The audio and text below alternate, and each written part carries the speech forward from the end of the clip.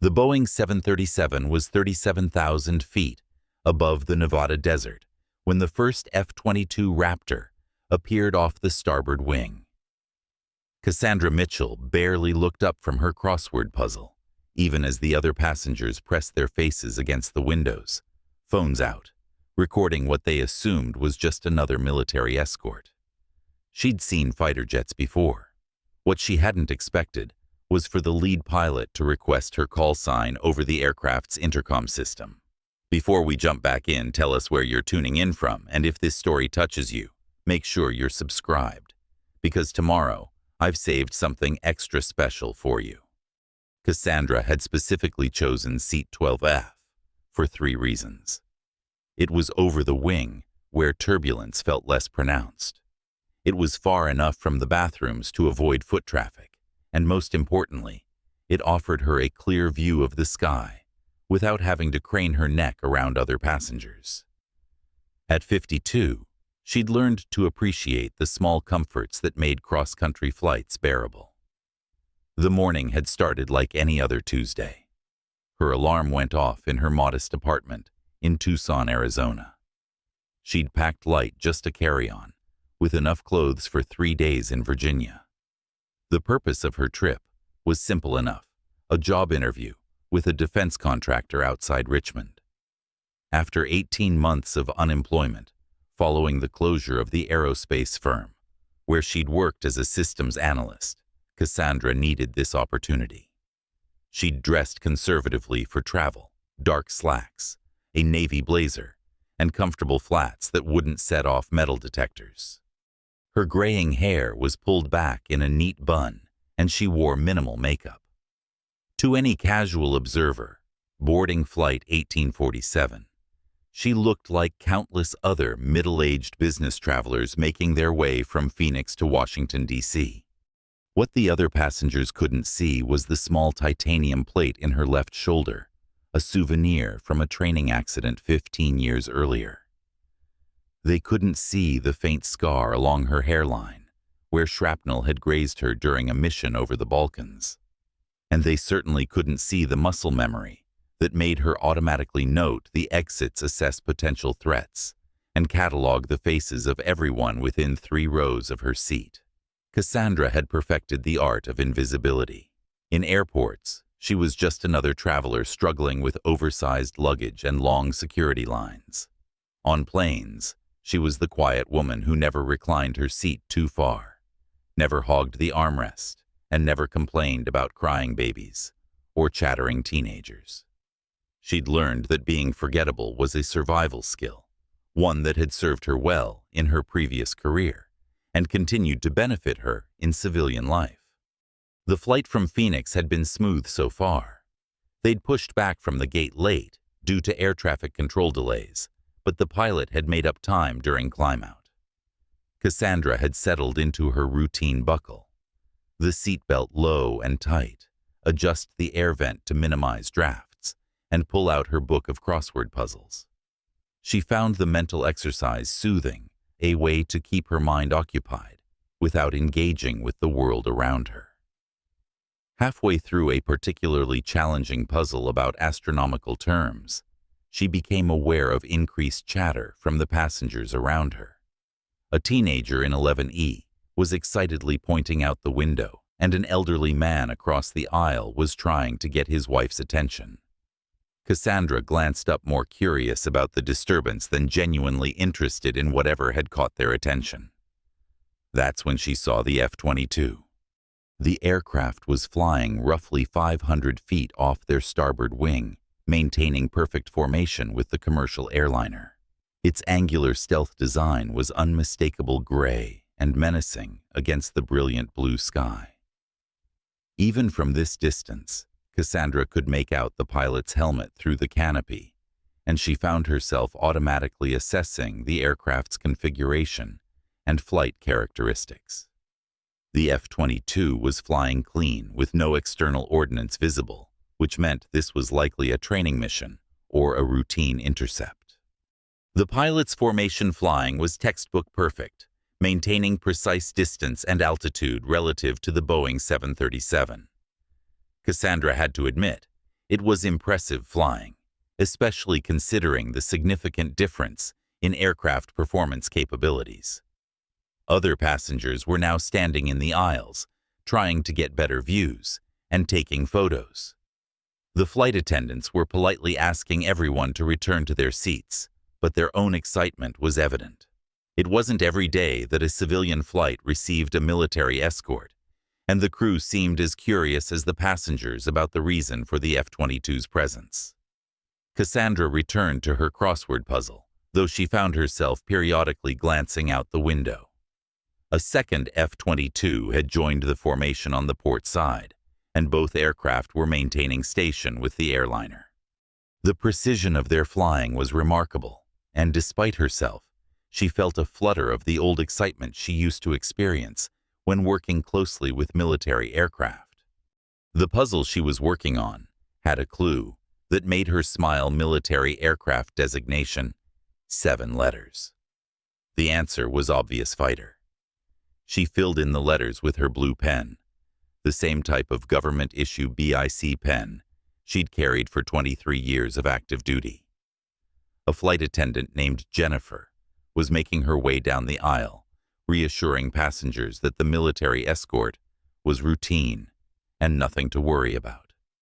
When she reached Cassandra's row, she paused and leaned down slightly. "Pretty exciting, isn't it?" Jennifer said, gesturing toward the window. "I've been flying for 12 years and never seen anything like this." Cassandra looked up from her puzzle and nodded politely. "They're good pilots," she said simply, then returned to her crossword. Jennifer seemed to expect more of a reaction, but when none came, she continued down the aisle to comfort a nervous passenger who was convinced the fighter jets meant trouble. Cassandra had learned long ago that sometimes the best response was the minimal response.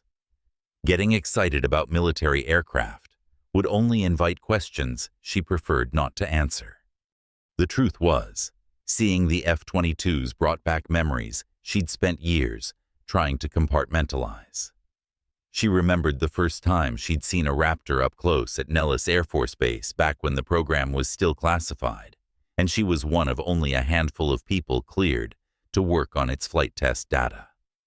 The aircraft had represented the absolute cutting edge of aviation technology, and being involved in its development had been the highlight of her career. That was before everything changed, before the incident that ended her flying status, before the medical retirement, before the transition to civilian life that had been more difficult than she'd ever anticipated. The F-22 program had continued, without her eventually becoming operational and taking its place as the world's most advanced air superiority fighter. Now, 15 years later, she was watching 2 of them escort her commercial flight, and she found the irony both bitter and amusing. She'd helped design some of the systems that made such precise formation flying possible. Yet she was observing from the passenger cabin of a Boeing 737, traveling to a job interview that would pay a fraction of what she'd earned as a test pilot. The captain's voice came over the intercom, interrupting her thoughts. "Ladies and gentlemen from the flight deck, you've probably noticed we have some military aircraft accompanying us today. This is a routine training exercise, and there's absolutely nothing to be concerned about. We expect them to depart our formation shortly, and will continue on to Washington, D.C., as scheduled." Cassandra glanced out the window again. The F-22s showed no signs of departing. If anything, they seemed to be settling in for a longer escort. The lead aircraft had moved slightly closer, and she could now clearly see the pilot's helmet and oxygen mask. Something about the formation and the aircraft positioning suggested this wasn't entirely routine, though she couldn't put her finger on exactly what felt different. A businessman in seat 12D was on his phone, apparently trying to call someone to report the military escort. His conversation was loud enough that Cassandra couldn't help but overhear fragments. "2 fighter jets. Don't know why. Looks like something from Top Gun." She suppressed the urge to correct him. The F-22 was nothing like the F-14 Tomcats featured in that movie. It was a generation ahead in technology capability and sophistication. The Raptor could do things that earlier fighters could only dream of, and its pilots were trained to a standard that exceeded anything from previous eras of aviation. The crossword puzzle had another aviation-related clue: High-Altitude Military Reconnaissance Abbreviation. The answer was SR-71, but there were only 5 spaces. She tried different variations before realizing the answer was simply Intel, for intelligence gathering. It reminded her of her own background in flight testing, where intelligence about aircraft performance was gathered on every single mission. The F-22s had been with them for some time now and showed no signs of leaving. The initial excitement among the passengers had settled into a kind of resigned curiosity. People were still taking photos, but the novelty was wearing off. Cassandra had returned to her crossword puzzle, though she found herself unable to focus completely on the clues. Something was happening that went beyond a simple training exercise or routine intercept. The F-22s were maintaining perfect formation, but their presence felt more purposeful than coincidental. She'd spent enough time around military aviation to recognize when something was different, even if she couldn't identify exactly what. The flight attendant, named Jennifer, was making another pass through the cabin, checking on passengers, and answering questions about the military escort. When she reached Cassandra's row again, she paused and glanced out the window. "They're still there," Jennifer observed. "Usually military aircraft don't stay with civilian flights this long." Cassandra looked up from her puzzle and met the flight attendant's eyes. For a moment, she considered sharing some of her knowledge about military procedures and aircraft capabilities. Instead, she simply nodded and said, "I'm sure they have their reasons." There was something in Cassandra's tone that made Jennifer look at her more carefully. The calm way she'd responded to the fighter escort, her lack of excitement or concern, and now her matter-of-fact acknowledgement that the military had reasons for their actions. It suggested a familiarity with such situations that most civilian passengers wouldn't possess. But before Jennifer could ask any follow-up questions, the captain's voice returned to the intercom system with an announcement that would change everything about this routine flight from Phoenix to Washington, D.C. "Ladies and gentlemen, this is Captain Reynolds from the flight deck." The captain's voice carried a different tone, now more formal, almost cautious. "We've received a rather unusual request from the military aircraft accompanying us. They're asking to speak with a passenger in seat 12F. If that's you, please press your call button, and a flight attendant will assist you." The entire cabin went silent. Even the crying baby in row 8 seemed to pause, mid-wail. Cassandra felt every pair of eyes in her section turn toward her, including Jennifer's wide-eyed stare from the aisle. Her finger hovered over the call button, while her mind raced through possibilities. Preparing and narrating this story took us a lot of time, so if you are enjoying it, subscribe to our channel. It means a lot to us. This wasn't protocol. Military aircraft didn't make social calls to commercial passengers. Someone had run her name through a database, probably triggered by the passenger manifest, cross-referenced against military records. But why now? Why, after 15 years of successfully flying under the radar? She pressed the button. Jennifer appeared beside her seat so quickly that she must have been waiting. "Ma'am, Captain Reynolds would like you to come forward to the flight deck if you don't mind." "Of course," Cassandra said, closing her crossword book and standing. The businessman in 12D was openly gawking, now his phone forgotten in his hand. The teenager in 11E had stopped recording and was watching with the kind of intense curiosity that only adolescents could manage. The walk to the front of the aircraft felt longer than usual. Passengers craned their necks as she passed, whispers following in her wake. She caught fragments. What do they want? She doesn't look so ordinary. Maybe she's in trouble. The cockpit door was already open when she reached the galley. Captain Reynolds, a graying man in his late 50s, gestured for her to enter. His co-pilot, a younger woman with sharp eyes, was monitoring the radio communications while maintaining their heading. "Ma'am, I'm Captain Reynolds. This is First Officer Martinez. I have to tell you, in 32 years of flying, I've never had a request like this." He gestured toward the radio panel. "The flight leader out there wants to speak with you directly. Says he has authorization to patch through a secure channel." Cassandra looked out the cockpit windows. The F-22s were still in perfect formation, close enough now that she could read the tail numbers.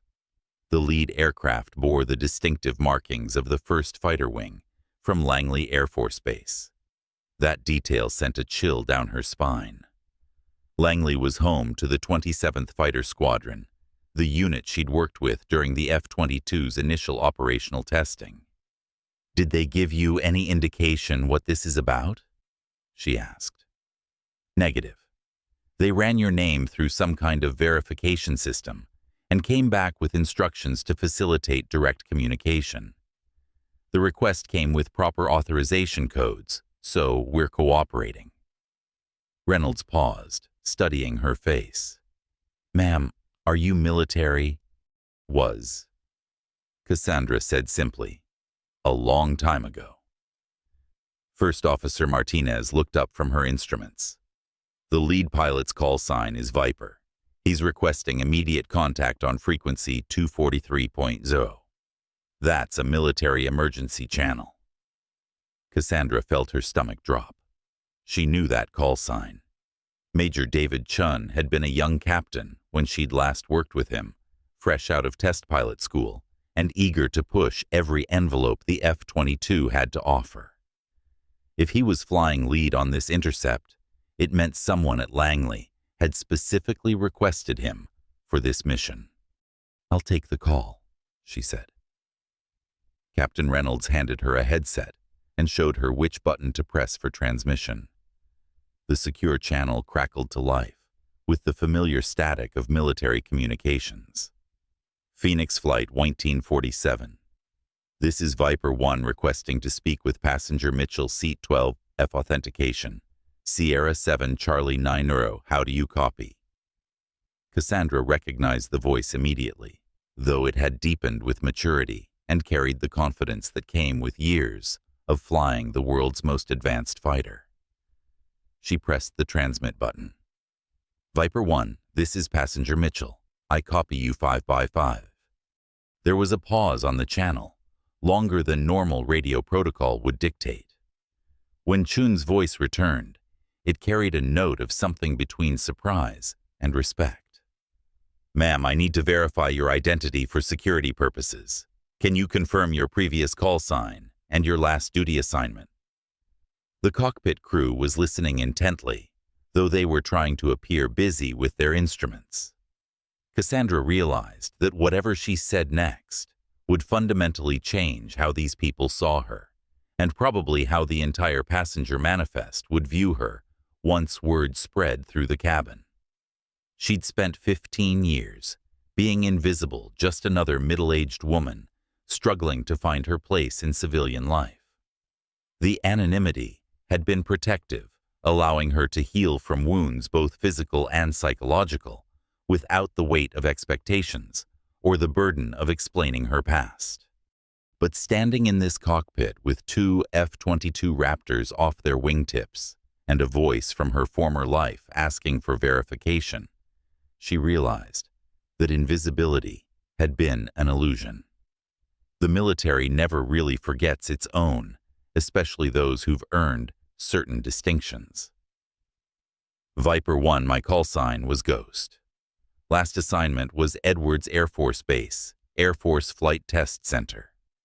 I was project officer for the F-22 Avionics Integration Program. The silence on the channel stretched for nearly 10 seconds. In the cockpit, both Captain Reynolds and First Officer Martinez had stopped pretending to focus on their duties and were staring at her with undisguised amazement. When Chun's voice returned, it carried a tone she remembered from their working relationship. Professional respect, mixed with genuine warmth. "Ghost, it's an honor to fly escort for you today. We have a situation that requires your immediate consultation. Are you able to accept a priority divert to Nellis Air Force Base?" Cassandra's mind raced. A priority divert to Nellis meant something serious was happening, serious enough to redirect a commercial flight and involve a civilian consultant. Nellis was home to the Air Force's most advanced testing and evaluation programs, including ongoing F-22 development work. "Viper, I'm a civilian now. I don't have any current clearances or authorizations." "Ma'am, your clearances were reactivated under emergency provisions. We have a code black situation involving F-22 avionics systems. You're the only person outside of active duty personnel with the specific knowledge we need." Code black. Cassandra felt the familiar rush of adrenaline that came with critical situations. In Air Force terminology, code black meant a potentially catastrophic system failure that could affect operational readiness or flight safety. If they were reactivating her clearances and diverting a commercial flight, the situation was worse than serious. Captain Reynolds leaned forward. "Ma'am, what exactly is happening here?" Before Cassandra could answer, First Officer Martinez interrupted. "Captain, we're receiving a priority message from Air Traffic Control. We're being directed to divert to McCarran International Airport in Las Vegas. Military escort will continue." Cassandra looked out at the F-22s, noting subtle changes in their formation. They'd moved slightly closer and adjusted their positioning to provide a more protective escort pattern. Whatever was happening at Nellis, it was significant enough to warrant extraordinary measures. "Ghost, we need your answer." Chun's voice pressed through the headset. "Time is critical." She thought about her job interview in Virginia, about the defense contractor position that represented her best hope for financial stability. She thought about the quiet life she'd built in Tucson, the anonymity that had allowed her to heal and move forward. All of that would have to wait. Viper 1. I accept the divert. What's my transportation to Nellis once we land at McCarran? We'll have a helicopter waiting, Ghost. And ma'am, it's good to have you back in the fight. Captain Reynolds was already coordinating with air traffic control for the course change to Las Vegas. First Officer Martinez was running through checklists and calculating fuel requirements for the divert. The professional efficiency of the cockpit crew reminded Cassandra of the military precision she'd once lived and breathed. She handed the headset back to Captain Reynolds and prepared to return to her seat. The captain stopped her with a question she'd been expecting. "Ma'am, I have to ask, what exactly did you do in the Air Force?" Cassandra paused at the cockpit door, considering how much to reveal. The truth was classified even after all these years. But some details were public record, and the crew deserved to understand why their routine flight had been transformed into a military operation. "I was a test pilot, Captain. I helped develop and integrate the systems that make those F-22s possible. It looks like they need that expertise again." As she walked back through the cabin, the passenger reactions were even more intense than before. Word had clearly spread that the military was specifically interested in the quiet woman in seat 12F.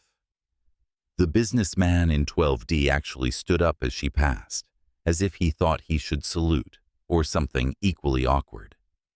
Jennifer was waiting by her seat, with barely contained curiosity. "Is everything all right? The passengers are asking questions I can't answer."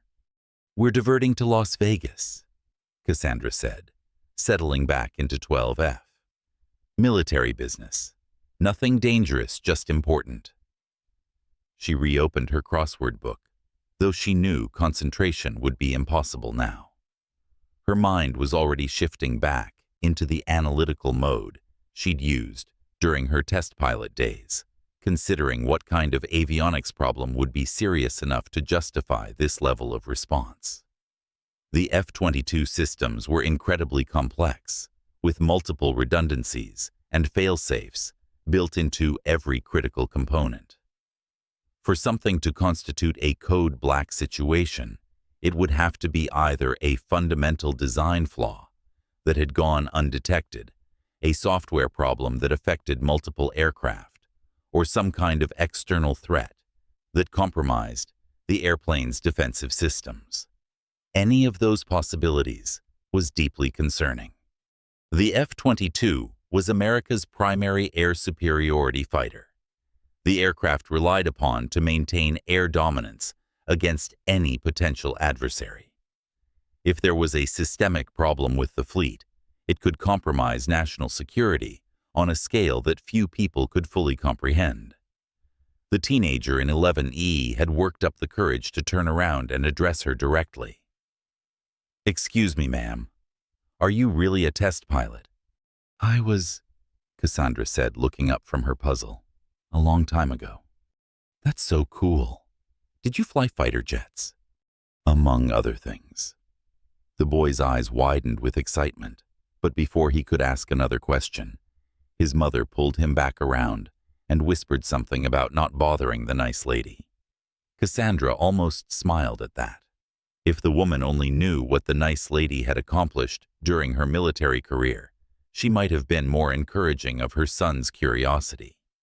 Outside the window, the Nevada landscape was beginning to appear below them. The F-22s had adjusted their formation slightly for the approach into Las Vegas airspace, and she could see the pilots coordinating their descent with the airliner.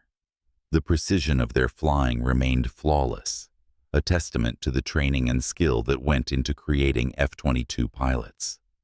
Captain Reynolds's voice came over the intercom again. "Ladies and gentlemen, we've received clearance for our approach into McCarran International Airport in Las Vegas. We apologize for the change in destination, but this diversion was necessary due to circumstances beyond our control. We'll have information about continuing service to Washington, D.C. once we're on the ground." As the aircraft began its descent, Cassandra found herself mentally preparing for whatever awaited her at Nellis. It had been 15 years since she'd been involved in high-level military operations, but some skills never truly faded. The analytical thinking, the ability to synthesize complex technical information under pressure, the calm focus required for critical decision-making, those were as much a part of her as breathing. She just hoped they would be enough for whatever crisis had brought her back into the world she'd left behind. The helicopter that met Cassandra at McCarran International Airport was a UH-60 Blackhawk with minimal markings, the kind used for transporting personnel who preferred not to advertise their movements. Two airmen in dress blues were waiting beside the aircraft, their bearings suggesting this was far from a routine pickup. Staff Sergeant Rebecca Torres stepped forward as Cassandra approached her salute crisp, despite the desert wind whipping across the tarmac. "Ma'am, I'm Sergeant Torres. Colonel Patterson sends his compliments and requests your immediate transport to Nellis. We have a flight suit and equipment waiting on board if you need to change." Cassandra returned the salute, automatically muscle memory, overriding 15 years of civilian life. "What's the current status of the situation, Sergeant?" "Ma'am, I'm not briefed on operational details. Colonel Patterson will provide a full briefing once we arrive at the test facility." The flight to Nellis took only a short time, covering terrain that Cassandra knew better than most people knew their own neighborhoods. The desert below was marked with the geometric patterns of test ranges, restricted airspace, that had seen decades of experimental aircraft pushing the boundaries of what was possible. As they approached the base, she could see increased activity on the flight line. More aircraft than normal were positioned in the alert hangars, and ground crews were moving with the kind of urgent efficiency that suggested elevated operational tempo. Whatever the code black situation involved, It was affecting multiple squadrons. The helicopter sat down at a restricted area near the flight test center, the same complex where Cassandra had spent some of the most challenging and rewarding years of her career. The buildings looked exactly as she remembered them, though new security measures were evident: additional barriers, more guard posts, and what appeared to be upgraded electronic surveillance systems. Colonel James Patterson was waiting beside a government sedan, and Cassandra felt a genuine smile cross her face for the first time in months. Jim had been a major when they'd worked together on the F-22 program, a brilliant engineer who understood both the technical complexities of modern aircraft and the practical realities of military operations. "Ghost, you look good," Patterson said, extending his hand. "Civilian life seems to agree with you." "Jim, good to see you, Maid Colonel, though I wish the circumstances were different." She gestured toward the increased activity around them. "How bad is it?" "Bad enough that we pulled you off a commercial flight. Let's get to the secure briefing room, and I'll show you what we're dealing with." The drive through the base revealed more signs of heightened alert status. Security checkpoints that had been routine were now thorough, and personnel movements seemed more restricted than normal. Cassandra noticed F-22s positioned in configurations that suggested immediate launch capability rather than routine maintenance cycles. The secure briefing room was in the basement of Building 1840, a facility that hadn't existed during her previous assignment. The room itself was a marvel of modern security technology: electromagnetic shielding, white noise generators, and biometric access controls that would prevent any unauthorized recording or transmission of classified information. 3 people were waiting inside a woman in an Air Force uniform, with Lieutenant Colonel insignia, a civilian in a conservative suit, who had the bearing of a senior intelligence analyst, and a young captain with the patch of the 27th Fighter Squadron Chun's unit. "Ghost, let me introduce the team," Patterson said, as they took seats around a polished conference table. "Lieutenant Colonel Sarah Kim is our current F-22 Systems Integration Officer. Dr. Marcus Webb is from the Defense Intelligence Agency, and Captain Lisa Morgan is our lead test pilot for the current upgrade program." Cassandra shook hands with each team member, noting the mix of respect and curiosity in their expressions. Her reputation had apparently preceded her, which could be either helpful or problematic, depending on expectations. "Before we begin," Dr. Webb said, "I need to verify your security clearance reactivation and have you sign some updated non-disclosure agreements. The information we're about to share is compartmentalized above top secret." The paperwork was familiar territory: endless forms with dire warnings about the consequences of unauthorized disclosure. Cassandra signed where indicated her security clearance codes from 15 years ago, apparently still valid in the government's labyrinthine database systems. "Now then," Patterson said, activating a large display screen at the front of the room. "We began receiving anomalous data from F-22s, conducting routine training missions. The aircraft were experiencing intermittent failures in their integrated avionics systems, specifically the sensor fusion network that combines radar, infrared, and electronic warfare data." The screen showed a series of technical diagrams that Cassandra recognized immediately. The F-22's avionics architecture was something she'd helped design, a revolutionary approach to information processing that gave the aircraft unprecedented situational awareness. The failures followed a pattern. Lieutenant Colonel Kim continued taking over the briefing. They occurred during specific flight profiles, always when the aircraft were operating above 35,000 feet and conducting active electronic surveillance. "Initially, we thought it was a software glitch in the latest upgrade package." Captain Morgan leaned forward. "That's when things got interesting. We grounded the affected aircraft and ran complete diagnostics. The software was clean hardware checked out normal, but we kept getting these phantom signals in the avionics logs. Cassandra studied the data displays, her mind automatically analyzing the technical information. Show me the signal characteristics. Dr. Webb touched a control, and the screen filled with complex waveform patterns. This is where your expertise becomes critical, Ghost.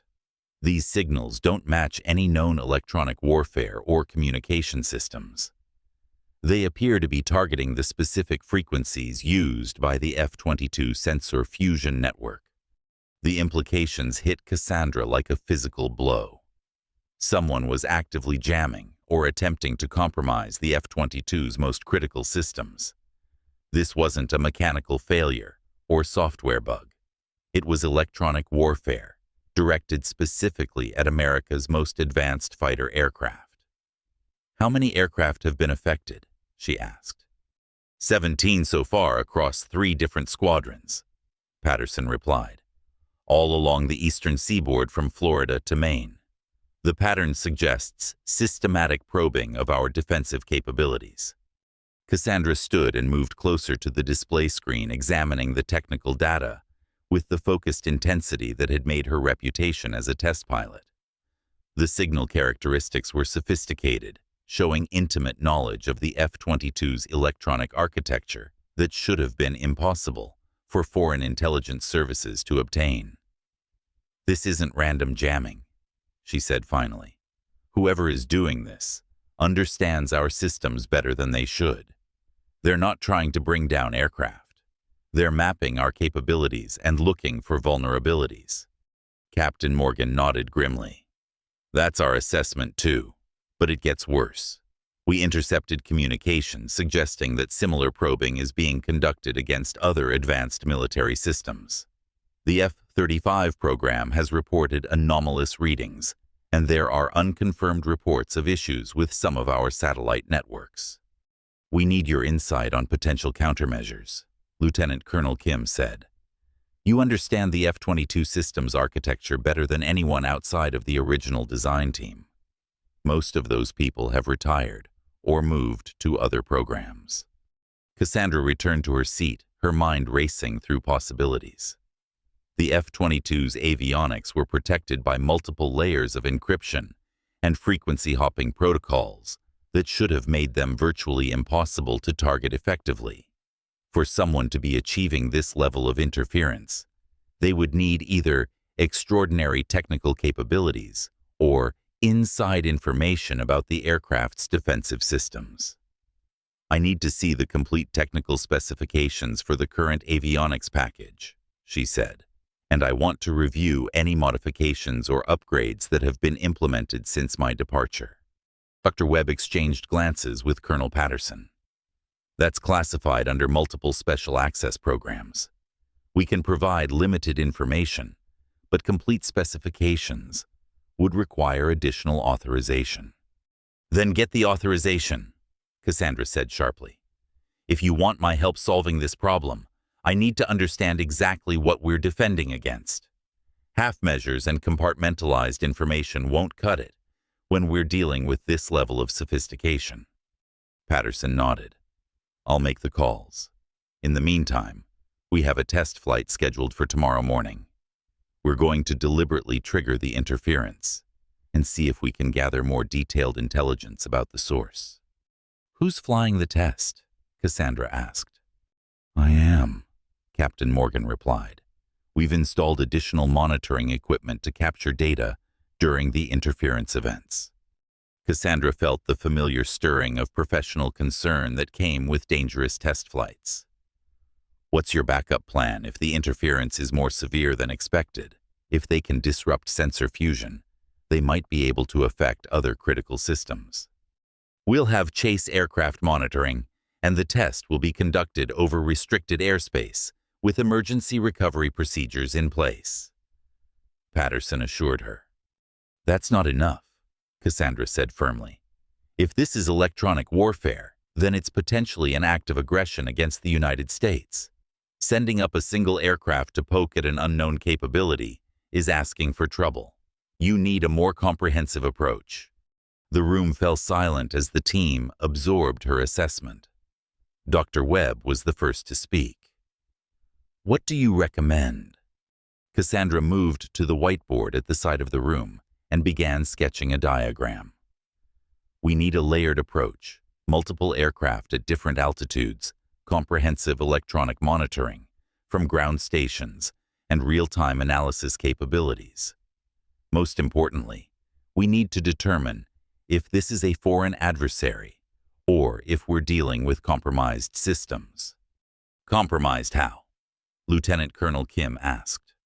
"Someone with this level of knowledge about our systems either developed extraordinary intelligence capabilities very quickly, or they have access to information that should be restricted to American personnel. Given the sophistication of what we're seeing, I'm betting on the latter." The implications of what she was suggesting hung heavy in the air. If the F-22 program had been compromised from within, it represented a security breach of unprecedented proportions. The aircraft was America's primary tool for maintaining air superiority, and any vulnerability could shift the global balance of power. Patterson stood and began pacing, a habit Cassandra remembered from their previous work together. "If you're right about internal compromise, then we're looking at a much larger problem than electronic warfare. We're talking about espionage at the highest levels of the defense establishment." Which explains why my clearances were reactivated so quickly, Cassandra realized. Someone very senior wanted an outside perspective. Someone who wasn't part of current programs and couldn't be compromised by ongoing operations. Captain Morgan looked up from the technical displays she'd been studying. "Ghost, there's something else you should know. The aircraft experiencing these problems aren't random selections. They're all from squadrons that have been involved in recent exercises with allied nations or stationed at bases with significant international cooperation programs." That detail added another layer to the puzzle. International cooperation programs meant foreign military personnel with varying levels of access to American systems and procedures. The potential for intelligence compromise multiplied exponentially when multiple nations were involved. "I need a complete list of all foreign nationals who have had access to F-22 operations in the past 18 months, Cassandra said. "And I want to review the protocols for information sharing and joint exercises." Dr. Webb was taking notes on a secure tablet. "That's going to be a substantial list. The F-22 has been involved in NATO exercises, Pacific Partnership programs, and bilateral training with several allied nations." "Then we'd better get started," Cassandra replied. "Because if someone is systematically mapping the capabilities of our most advanced fighter aircraft, we need to understand their methods before they move from intelligence gathering to active interference with operations." As the briefing concluded, Cassandra found herself fully engaged in the kind of high-stakes problem-solving that had defined her military career. The quiet life in Tucson seemed like a distant memory, replaced by the familiar urgency of protecting national security through technical expertise and analytical thinking. Tomorrow's test flight would provide more data, but she already suspected that the Code Black situation was just the beginning of a much larger challenge. The secure computer terminal in Building 1840's basement was a far cry from the systems Cassandra had used during her active duty years. The processing power available now was extraordinary, capable of analyzing massive data sets in real time and correlating information across multiple classified databases simultaneously. She was deep into her analysis of the foreign personnel access logs, cross-referencing names against intelligence databases and looking for patterns that might explain how someone had gained such detailed knowledge of F-22 systems. The coffee beside her had gone cold, replaced by increasingly stronger versions as the night wore on. Dr. Webb had provided her with a secure workspace and unlimited access to relevant files though she suspected he was monitoring her activities through the computer's logging systems.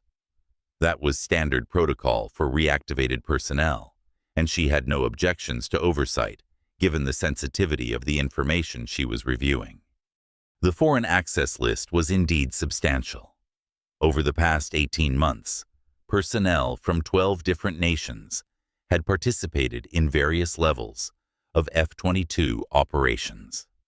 Most were pilots or technical specialists from Allied air forces cleared through extensive background investigations and limited to specific aspects of aircraft capabilities. What troubled Cassandra was the sophistication required to execute the electronic interference they were seeing. This wasn't the work of a single individual gathering information during a joint exercise. The signal characteristics suggested access to highly classified technical specifications that should have been compartmentalized beyond the reach of foreign personnel. A soft knock on the security door interrupted her concentration. Captain Morgan entered, carrying a steaming cup of coffee and looking like she'd been awake as long as Cassandra had. "Any luck with the personnel records?" Morgan asked, settling into a chair across from the workstation. "Too much luck," Cassandra replied, gesturing at the displays. "I've identified 47 individuals with varying levels of access to F-22 systems, representing 11 different nations. Any one of them could have gathered pieces of information that, when combined, might provide the knowledge base we're seeing. But you don't think it's that simple?" "No, I don't. The interference patterns are too precise, too targeted. Whoever is doing this understands not just the general architecture of our avionics, but the specific implementation details that would take years of direct involvement to acquire." Morgan leaned forward, studying the data on the screens. "What if it's not foreign intelligence at all? What if we're looking at this from the wrong angle?" Cassandra had been considering the same possibility. Domestic compromise. Someone with legitimate access using their position to gather intelligence for hostile purposes. It would explain the level of detailed knowledge. Morgan agreed. And it would be much harder to detect through normal counterintelligence measures. The implications were sobering. If someone within the American defense establishment was systematically compromising F-22 capabilities, they would have access to information far beyond what any foreign intelligence service could reasonably obtain. They would also be positioned to continue gathering intelligence and potentially sabotage countermeasures. "I need to expand the search parameters," Cassandra said, turning back to the computer terminal. "Instead of looking at foreign personnel, I want to examine American citizens with access to F-22 programs who have had unusual financial activity, foreign contacts, or behavioral changes flagged by security reviews." "That's going to be a much larger data set," Morgan warned, "and it's going to raise flags with security personnel if you start pulling extensive files on American defense contractors and military personnel. Then we'll deal with those flags when they come up. Right now, we need to understand what we're facing before tomorrow's test flight puts you at risk unnecessarily." Morgan appreciated the concern, but pressed the issue. Ghost. "I've been thinking about the test flight profile. If we're really dealing with sophisticated electronic warfare capabilities, going up there might be exactly what they want us to do. We could be providing them with an opportunity to test offensive capabilities against our aircraft." Cassandra paused her database search and turned to face the younger pilot directly. "What's your assessment of the risk level?" "Higher than Colonel Patterson is acknowledging. The interference pattern suggests someone is probing for vulnerabilities systematically. If they've moved from passive intelligence gathering to active testing, then tomorrow's flight could trigger a more aggressive response." It was a valid concern. Electronic warfare could escalate quickly from jamming to more destructive interference with critical flight systems. If hostile actors were confident enough in their capabilities to risk active engagement with an American fighter aircraft. The situation was already beyond intelligence gathering. "What alternative do you propose?"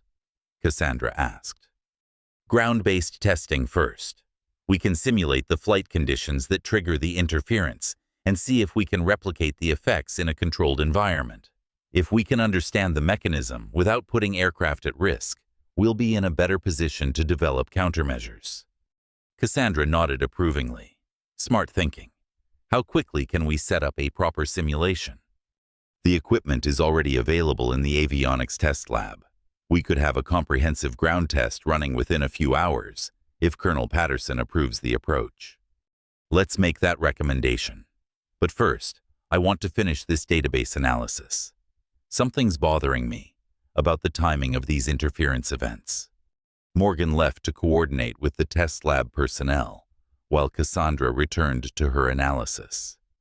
The expanded search parameters were yielding interesting results. Several American personnel, with F-22 access, had been flagged for unusual activities in the past year, though most appeared to be routine security concerns rather than indicators of espionage. One name caught her attention: Dr. Richard Blackwood, a senior systems engineer with Lockheed Martin, who had worked on F-22 avionics upgrades for nearly 2 decades. His security file showed recent financial irregularities, large cash deposits that didn't correlate with his known income sources, and traveled to countries that raised counterintelligence concerns. More troubling was his access level. Blackwood had been involved in every major F-22 system upgrade since the aircraft became operational. He understood the architecture better than almost anyone, and his current position gave him access to real-time operational data from active squadrons.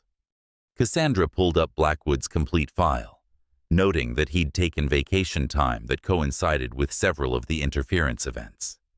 The correlation wasn't definitive, but it was suspicious enough to warrant further investigation. Her secure phone buzzed with an incoming call from Colonel Patterson. "Ghost, we've got a development. Cheyenne Mountain just reported anomalous signals targeting their satellite communication systems. The interference patterns match what we're seeing with the F-22 program. The timing correlates with your database access. Someone knows we're investigating and they're expanding their target set." The escalation was exactly what Cassandra had feared. If hostile actors were monitoring American military networks closely enough to detect investigative activities, they possessed capabilities that went far beyond simple electronic warfare. They were operating inside American defense systems with near real-time awareness of countermeasures.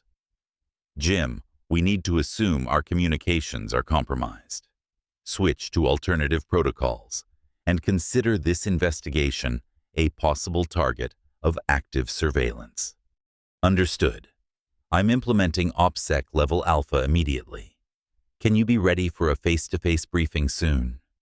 "Affirmative. And Jim, cancel tomorrow's test flight. We're dealing with something much more sophisticated than we initially assessed." After ending the call, Cassandra quickly compiled her database findings into a secure report, flagging Dr. Blackwood's activities for immediate counterintelligence review. The timing of the satellite interference suggested that their investigation had triggered a response, which meant they were getting close to something significant. The elevator ride to the upper levels of Building 1840 gave her time to consider the broader implications of what they were discovering. If American defense networks were compromised to this extent, the national security ramifications extended far beyond the F-22 program. Critical military communications intelligence systems and operational planning could all be at risk. Colonel Patterson was waiting in his office with Lieutenant Colonel Kim and Dr. Webb, their expressions reflecting the gravity of the developing situation. A secure communication terminal was active on Patterson's desk, indicating they were in contact with higher command levels. "The Joint Chiefs have been briefed," Patterson said without preamble. This is now classified as a potential national security emergency. We have authorization to implement whatever measures are necessary to identify and neutralize the threat. Dr. Webb opened a classified folder. We've also received intelligence indicating that similar interference patterns have been detected by allied nations operating American-supplied equipment. The scope of this operation is international, which supports the theory of internal compromise. Cassandra took a seat at the conference table.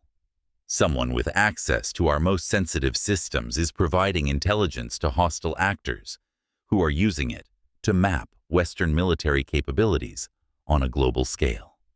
Lieutenant Colonel Kim activated a secure display showing a world map with highlighted incidents.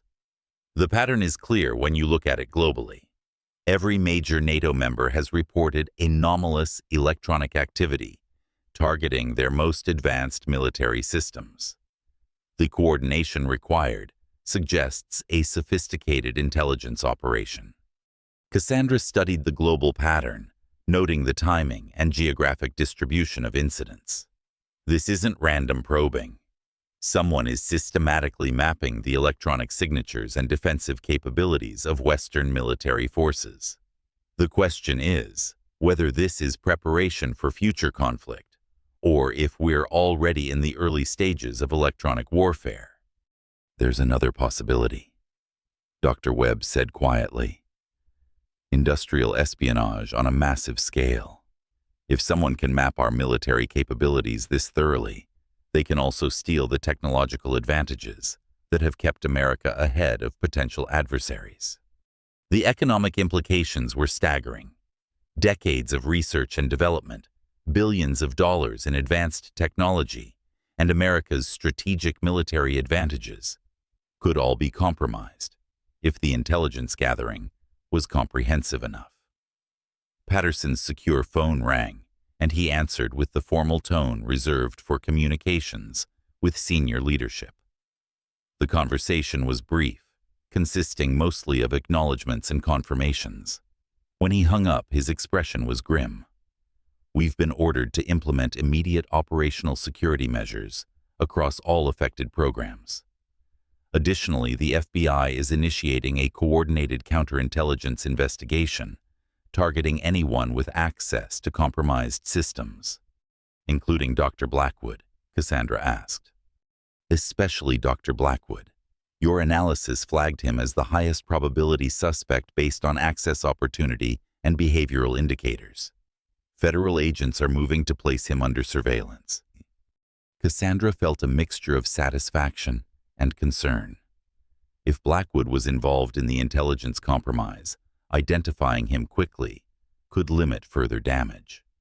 But if he was being used as a scapegoat, or if the real threat came from elsewhere, they might be exposing their investigation, while the actual perpetrators remained free to continue their activities. We need to be prepared for the possibility that Blackwood is either innocent or just one part of a larger network, she cautioned. The sophistication we're seeing suggests coordinated activity involving multiple individuals with different types of access. Agreed, Patterson replied. That's why the investigation is being expanded to include a comprehensive review of all personnel with relevant access levels. In the meantime, we're implementing new security protocols and temporarily restricting access to the most sensitive technical specifications. As the briefing concluded, Cassandra realized that her quiet return to civilian life had been permanently interrupted. The skills and knowledge that had made her valuable to the F-22 program 15 years ago were now critical to protecting national security in ways she had never anticipated. The investigation was just beginning, but the stakes were already clear. America's most advanced military capabilities were under systematic attack, and failure to identify and neutralize the threat could shift the global balance of power in ways that would take decades to recover from. The FBI surveillance team lost Dr. Richard Blackwood somewhere between the Lockheed Martin facility in Palmdale and his residence in Lancaster, California. The news reached Nellis Air Force Base delivered by a secure phone call that sent ripples of alarm through the investigation team. Cassandra was in the avionics test lab when Colonel Patterson found her, his expression carrying the kind of controlled tension that experienced military officers developed when operations went sideways. She was working with Captain Morgan and a team of technicians to replicate the interference patterns using ground-based simulation equipment, a process that was yielding disturbing results. "We've got a problem," Patterson said without preamble. Blackwood knew he was being watched. He gave the FBI the slip using techniques that suggest professional training in surveillance detection. "Counter-surveillance training isn't part of the standard defense contractor skill set," Cassandra observed, pausing her analysis of the simulation data. "That supports the theory that he's working with hostile intelligence services." Captain Morgan looked up from the test equipment she was monitoring. How sophisticated was his evasion? Sophisticated enough that the FBI thinks he had help, multiple vehicle switches timing that suggests advanced planning and route selection that indicates detailed knowledge of surveillance blind spots in the Los Angeles area. The implications were clear. Blackwood's disappearance wasn't a panicked flight by someone who'd been caught. It was a planned extraction executed by professionals who understood American law enforcement and intelligence capabilities. That level of operational security suggested a well-established espionage network rather than a lone actor selling information. "What's the status of the simulation tests?" Patterson asked, moving to examine the displays showing the ground-based replication of the interference patterns. "Troubling," Cassandra replied. "We've been able to reproduce the electronic signatures exactly, which confirms that someone has incredibly detailed knowledge of our avionics architecture. But more concerning is what we discovered about the delivery method." She activated a display showing frequency analysis data. The interference isn't coming from traditional jamming equipment. The signals are being generated by modified commercial satellite communication systems, specifically targeting the frequency bands used by military avionics. "Satellite-based electronic warfare," Patterson said, understanding the implications immediately. "That explains the geographic range and the precision of the targeting." Captain Morgan pointed to additional data on her screens. "It gets worse. The satellite modifications required to generate these signals would cost millions of dollars and require technical expertise that very few organizations possess. We're not dealing with a typical intelligence operation. This is state-sponsored electronic warfare using commercial space assets." The revelation transformed their understanding of the threat. State-sponsored operations implied resources planning and objectives that went far beyond simple intelligence gathering. If a foreign government was systematically compromising American military capabilities using space-based assets, it represented a new form of warfare that existing defensive measures weren't designed to counter. Patterson's secure phone rang, and he answered with the crisp efficiency of someone expecting bad news. The conversation was brief but intense, consisting mostly of confirmations and acknowledgments. When he hung up, his expression was even grimmer. "The National Security Agency has detected similar satellite-based interference targeting British, French, and Australian military systems. This is a coordinated attack on the entire Western Alliance structure." Dr. Webb entered the laboratory at that moment carrying a folder marked with the highest classification levels.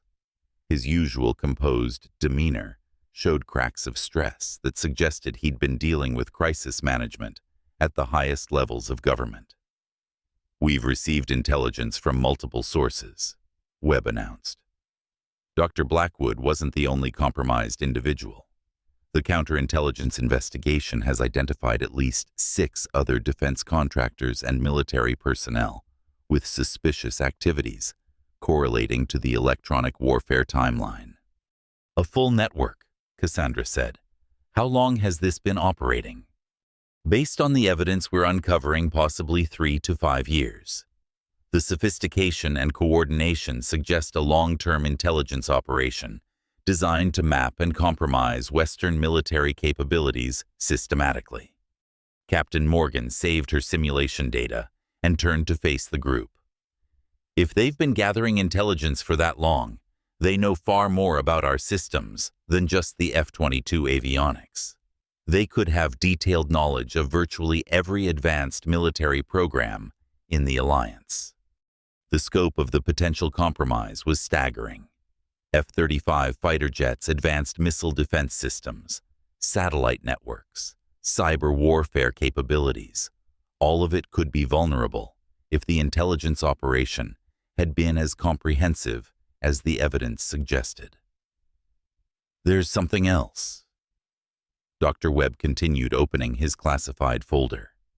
The CIA has identified the likely sponsor of this operation.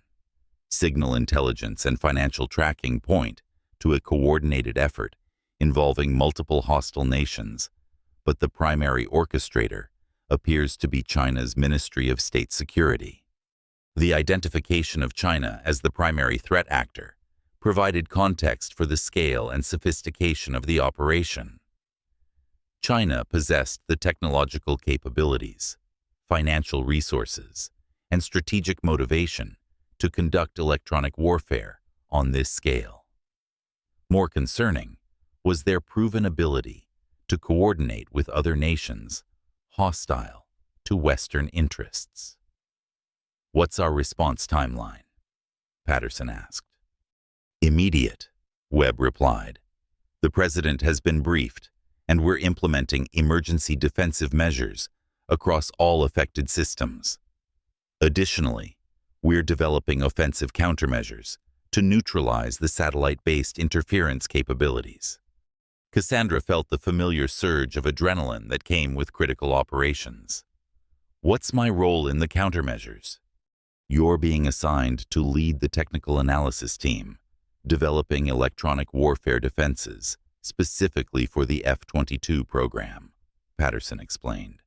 Your knowledge of the original avionics architecture is critical for creating countermeasures that won't interfere with normal aircraft operations. I'll need access to the complete technical specifications for all current F-22 systems, she said, and I want to review any planned upgrades or modifications that might be affected by the countermeasures. Already arranged, Dr. Webb confirmed. You'll have unlimited access to all relevant technical data, plus a team of the best electronic warfare specialists available. Captain Morgan stepped forward.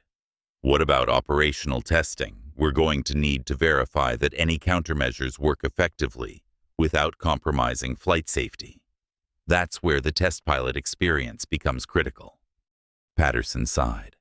We need someone who understands both the technical aspects of avionics and the practical requirements of fighter operations. Ghost, you're going to have to get back in the cockpit. The statement hung in the air for a moment, while Cassandra processed the implications. She hadn't flown a high-performance military aircraft in 15 years, and the F-22 had undergone significant upgrades since her last flight. The physical and mental demands of test flying were enormous, even for experienced pilots in peak condition. I'll need recurrent training and medical clearance, she said finally. My flight status was revoked after the accident. Medical clearance is already being expedited, Webb informed her. The flight surgeon will conduct a complete evaluation this afternoon. As for recurrent training, we have a compressed program designed for experienced pilots returning to F-22 operations. Cassandra felt a mixture of excitement and apprehension. The prospect of flying again, especially in the aircraft she'd helped develop, was appealing, despite the dangerous circumstances. But she also understood that her role would involve testing unproven countermeasures against sophisticated electronic warfare capabilities, exactly the kind of high-risk test flying that had ended her career the first time. How much time do we have to develop and test the countermeasures? She asked. Less than we'd like, Patterson admitted. Intelligence suggests that the electronic warfare capabilities we're seeing are preparation for a larger operation.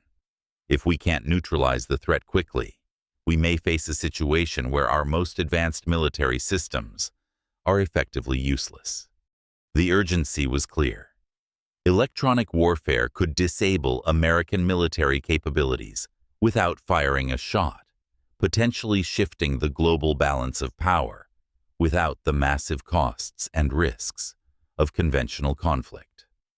If China and its allies could neutralize Western air superiority, missile defenses, and communication systems simultaneously, they could achieve strategic objectives without traditional acts of war. I'll start on the technical analysis immediately, Cassandra said. But I want to make one thing clear.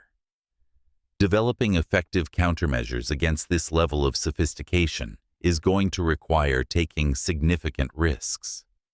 We'll be testing unproven systems against hostile capabilities that we don't fully understand. Understood, Webb replied.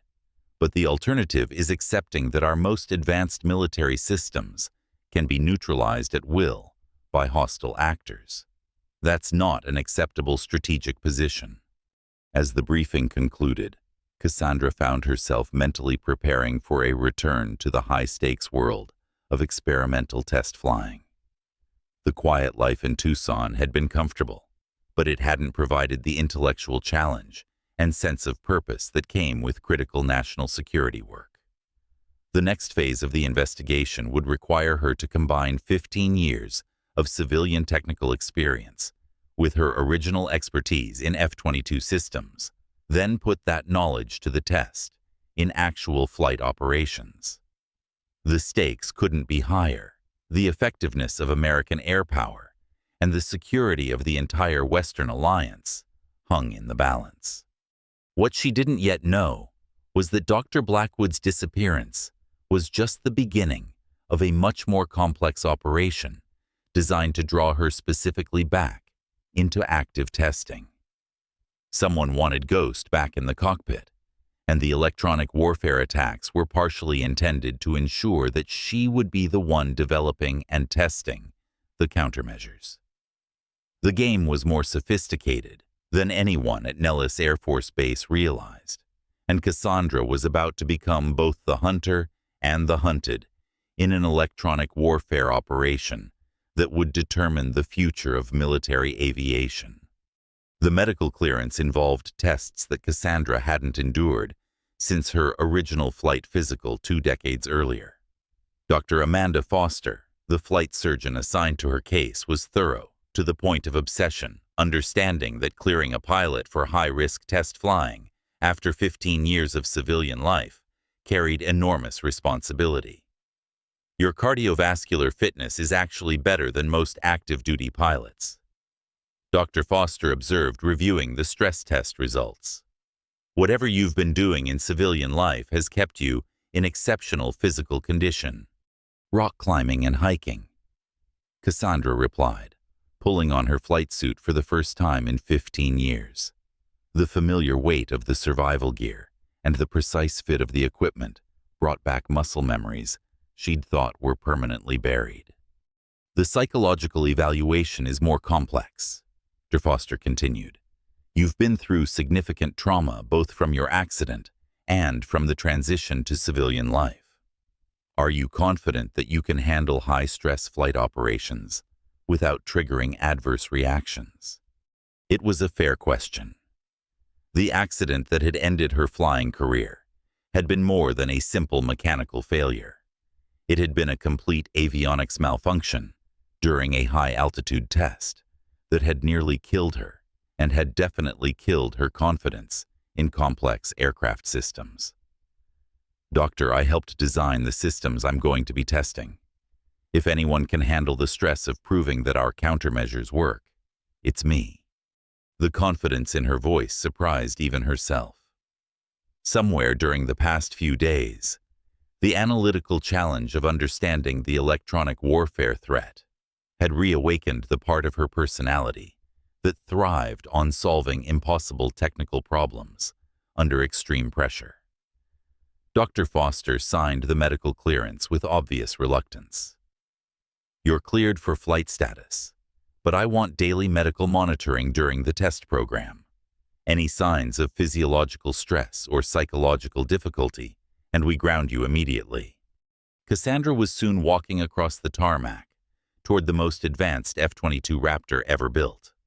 The aircraft bore the tail number 91143 and carried modifications that represented 15 years of continuous improvement since her last flight. Every system had been upgraded, every capability enhanced, and most importantly for their current mission, every electronic warfare defense had been redesigned.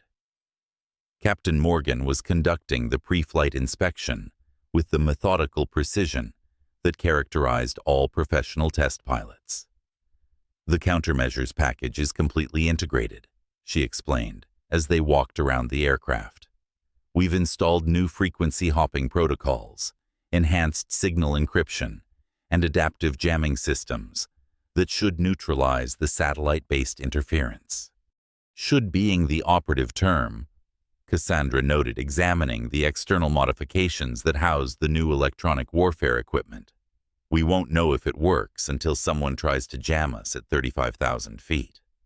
"That someone being you," Colonel Patterson said, joining them on the flight line. "Ghost, I want to be absolutely clear about the risk level here. We're going to deliberately trigger the electronic warfare attack by flying the exact profile that has caused problems for other aircraft. If the countermeasures fail, you could experience complete avionics failure at high altitude."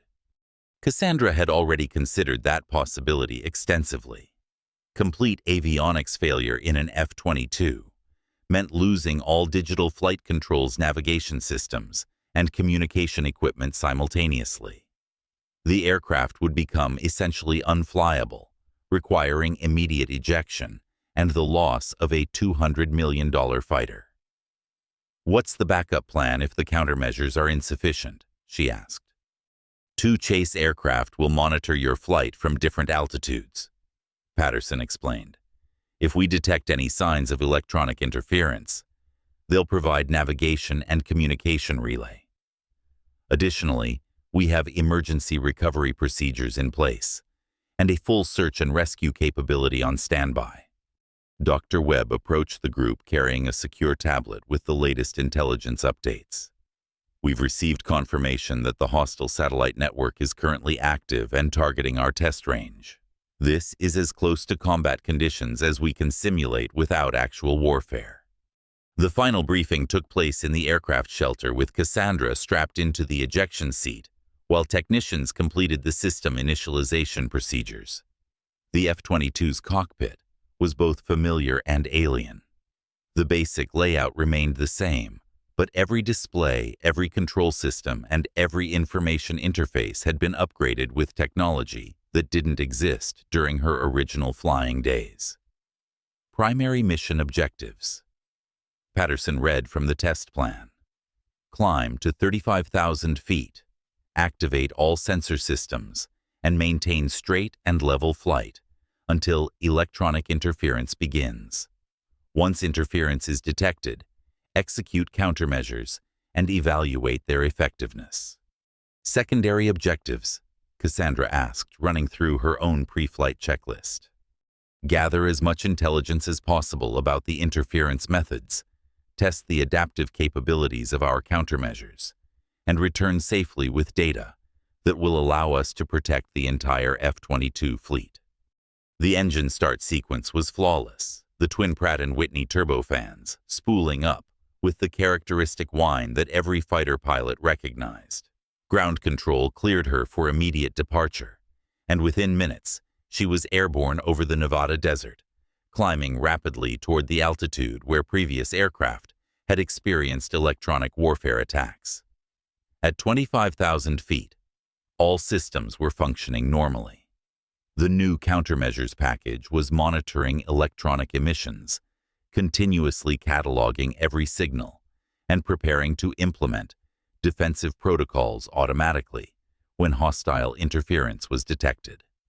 At 30,000 feet, the first anomalous readings appeared on her electronic warfare display.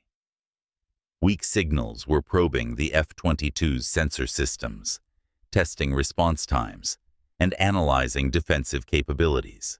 The countermeasures were detecting the probes, but not yet responding, allowing the hostile systems to reveal their full capabilities.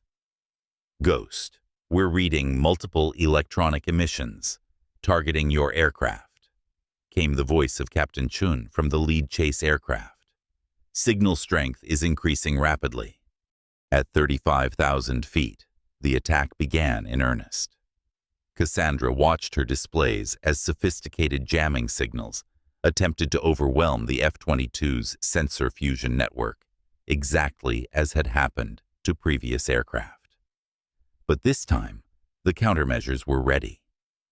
The adaptive electronic warfare system activated automatically, implementing frequency changes faster than human reflexes could manage.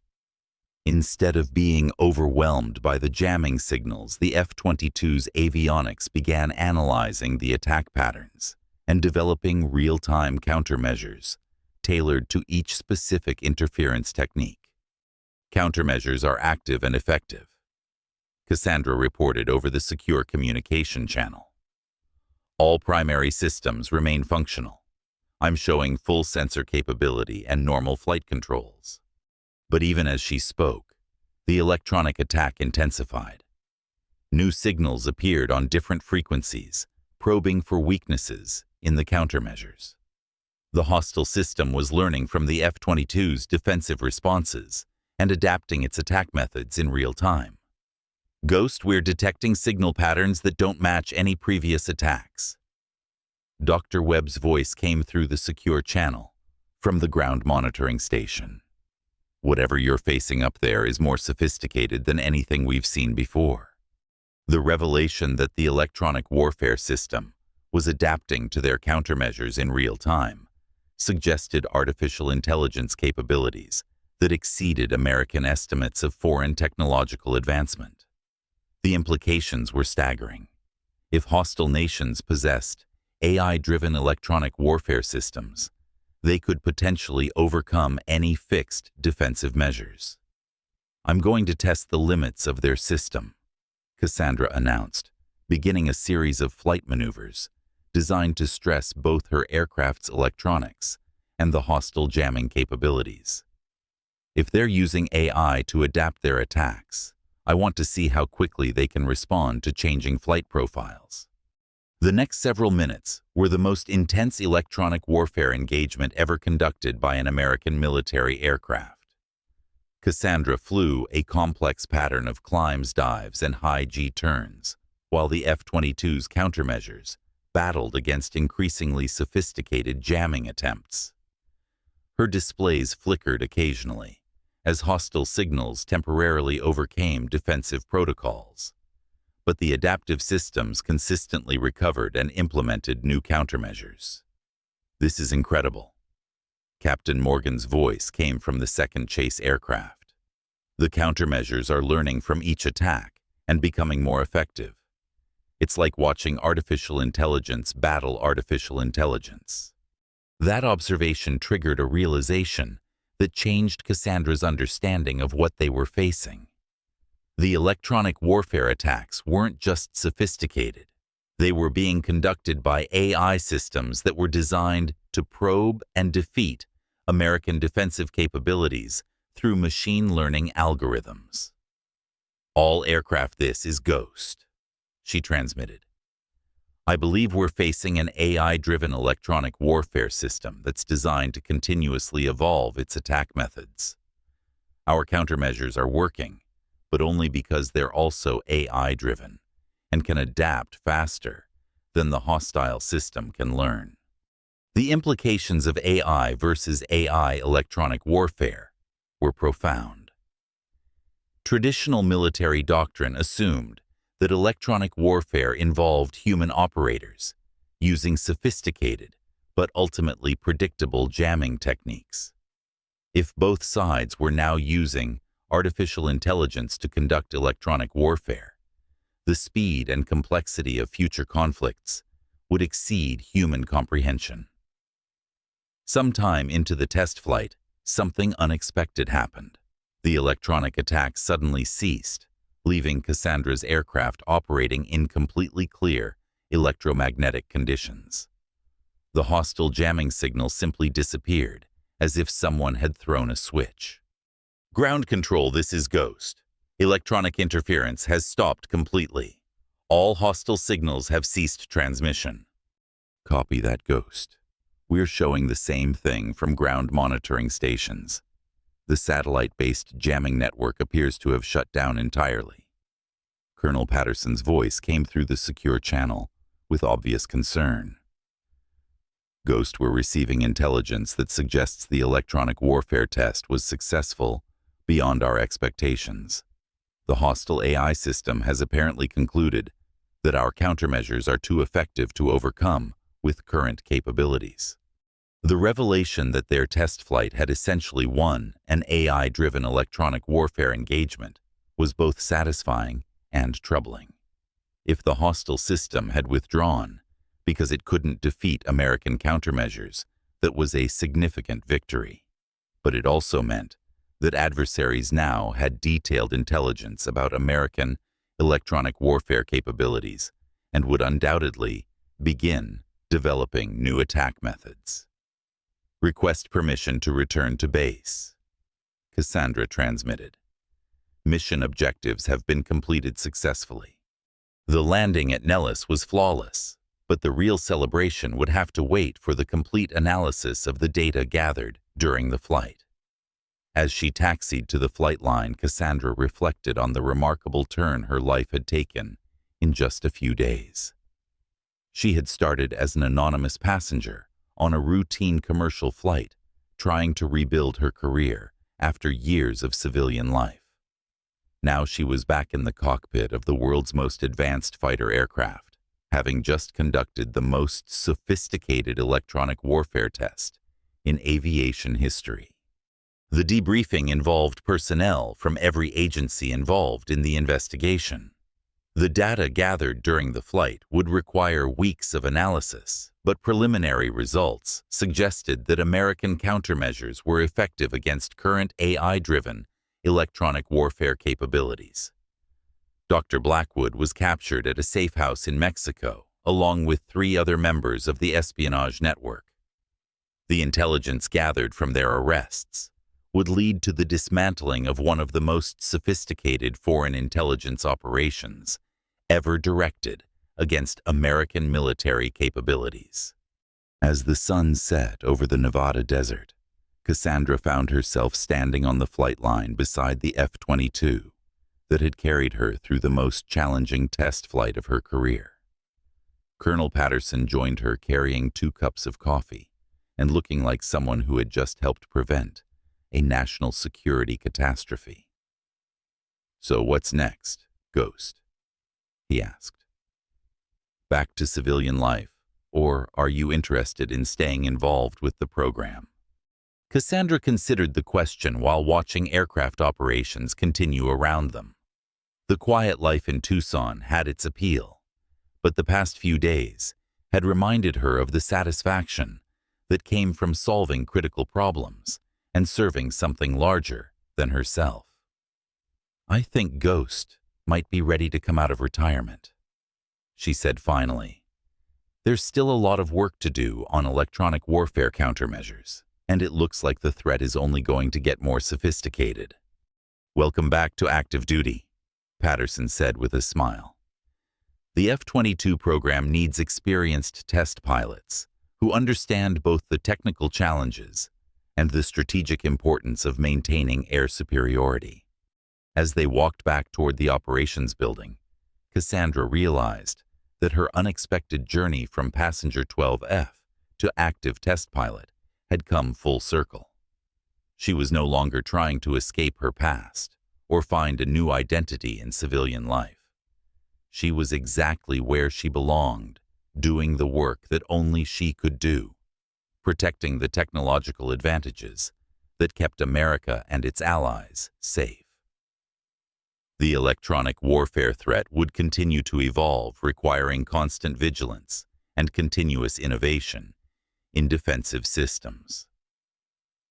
But for the first time in 15 years, Cassandra Mitchell, call sign Ghost, was ready for whatever challenges lay ahead. In the heart of Cassandra Mitchell's extraordinary journey, from an unassuming passenger in seat 12F, solving crossword puzzles on a routine flight, to being thrust back into the cockpit as Ghost, the legendary test pilot saving America's air superiority, we find a profound life lesson that resonates deeply with all of us.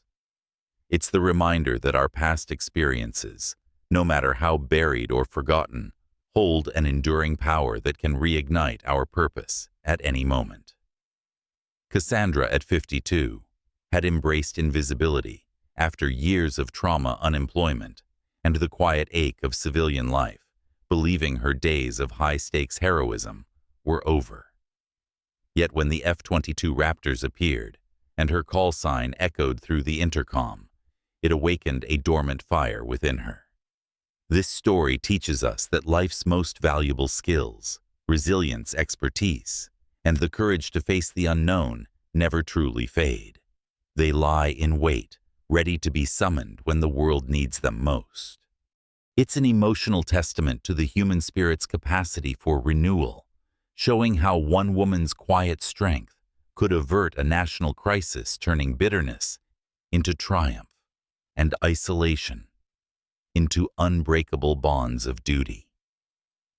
We all carry our own titanium plates and scars, souvenirs from battles fought and lost. But Cassandra's tale urges us to honor them, not hide them. In a world that often demands we move on and forget, this narrative whispers that our histories are not burdens, but beacons, guiding us back to who we truly are when destiny calls. It's a call to embrace the unexpected detours in our own lives, to recognize that every ordinary day holds the potential for extraordinary impact, and to live with the readiness that turns passengers into pilots, civilians into saviors. What about you? Have you ever had a moment where your past skills unexpectedly saved the day? Share your stories in the comments below. We'd love to hear how this tale touched you. If it inspired you as much as it did us, hit that subscribe button and turn on notifications for more gripping stories of unsung heroes. Your support keeps these narratives alive.